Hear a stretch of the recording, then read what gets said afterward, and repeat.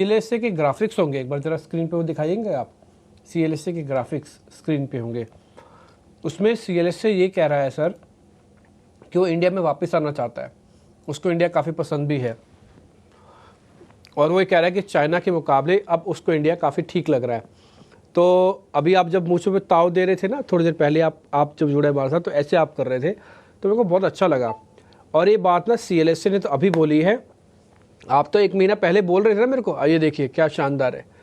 यही तो चाहिए सर, यही ब्रेवनेस, यही जो आपका ताकत है ना, आपके सोचने, आपके इंटेलिजेंस की, और आपके उसमें भी दिखती है, बॉडी लैंग्वेज में भी दिखती है। सर CLSA अब ये कहता है कि उनको चीन की इकॉनमी से ना वो चले गए थे, वो कहते हैं कि नहीं इंडिया में वापस आना चाहिए। उनको 3 प्रॉब्लम्स दिख रही हैं चीन में। पहला प्रॉब्लम उनको लगता है टैरिफ वॉर वापस शुरू ना हो जाए। तीसरा US की बॉन्ड यील्ड बढ़ रही है, हमको प्रॉब्लम ना हो जाए। उनका तीसरा ये मानना है कि इंडिया में भी अच्छी वैल्यूएशन, हालांकि उनको वैल्यूएशन की अभी भी चिंता है, बट स्टिल वो मानते हैं कि वैल्यूएशन में थोड़ा बहुत इंप्रूवमेंट हुआ है, तो वापस आना चाहते हैं। सर ये CLSA का जो यू टर्न भारत फिर से पसंद बन रहा है, ये कितनी इंपॉर्टेंट माने, क्योंकि नमूरा, जेफरीज, मूडीज, CLSA सबके रुक रुक के बयान आ रहे हैं। धन्यवाद डिम्पी भाई, प्रणाम आपको सभी दर्शकों को, और नमस्कार सर। मेरे मित्र कुणाल बरार को भी सादर प्रणाम और शुभ प्रभात हमारी तरफ से। तो डिम्पी जब वो जा रहे थे तब मैंने हमारी चैनल 18 स्वदेश पर कहा था कि अगर किसी को वो तारीख और फ्लाइट और जगह पता हो तो मुझे बता देना, तो मैं एयरपोर्ट छोड़ने जाऊंगा उनको। उनको ऐसा लगना नहीं चाहिए कि विदा करने के लिए उनको कोई आया नहीं। और अब वो आना चाहते हैं तो ठीक है, आ सकते, वो कोई परहेज नहीं है, हमने अक्सर कहा है। और डिम्पी भाई एक बात वास्तविकता ये भी है कि हम अक्सर बात करते हैं कि गुरु ने 1 लाख करोड़ से ज्यादा का माल बेचा अक्टूबर और नवंबर में, लेकिन उसके सामने मेरे ख्याल से कममन उतनी ही मात्रा में मेरे ख्याल से स्थानीय संस्थागत निवेशकों ने खरीदारी करी है।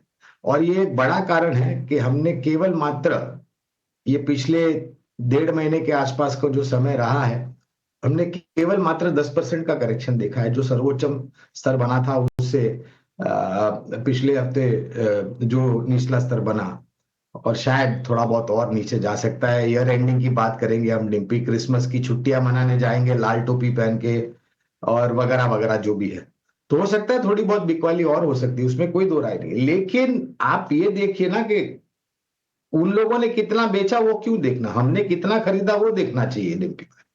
और वही कारण है कि हमने ये छोटा मोटा करेक्शन देखा है। आना चाहता है, जा रहे थे तब विदा कर रहे थे, आना चाहते हैं तो स्वागत करेंगे, कोई मतलब उसमें दो राय नहीं है।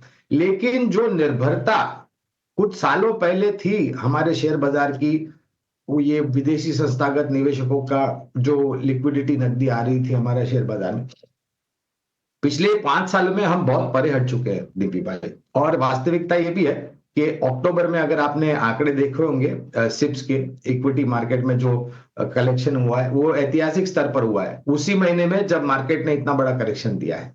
और चीन की जहां तक बात है ना डिम्पी भाई, मैं एक चीज स्पष्ट रूप से कहना चाहूंगा, चाइना में चाहे स्टिमुलस हो या कोई दूसरे प्रकार की घोषणा हो, मैं उस सब खबरों को चुटकी भर नमक नहीं मुट्ठी भर नमक लेकर के स्वीकार करूंगा, क्योंकि कितनी वास्तविकता, कितना सत्य और कितनी जमीनी स्तर पर हकीकत है वो वहां के निवासी ही नहीं जानते, तो हम और अब क्या जानेंगे।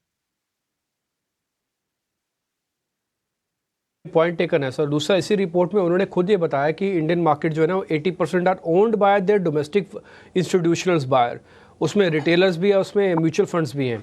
बिल्कुल। तो यानी कि कुल मिला के जो लड़ाई है वो सिर्फ 20% ऑफ द मनी की है।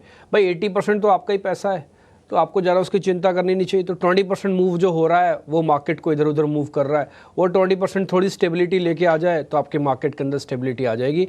एंड आई होप सो कि CLSA ये ना केवल बोल रहा है बल्कि ये करके भी दिखाएगा, और आने वाले दिनों में हम वापस रिवर्सल का फॉर्म देखेंगे ज़रूर इस तरह के मार्केट्स के अंदर।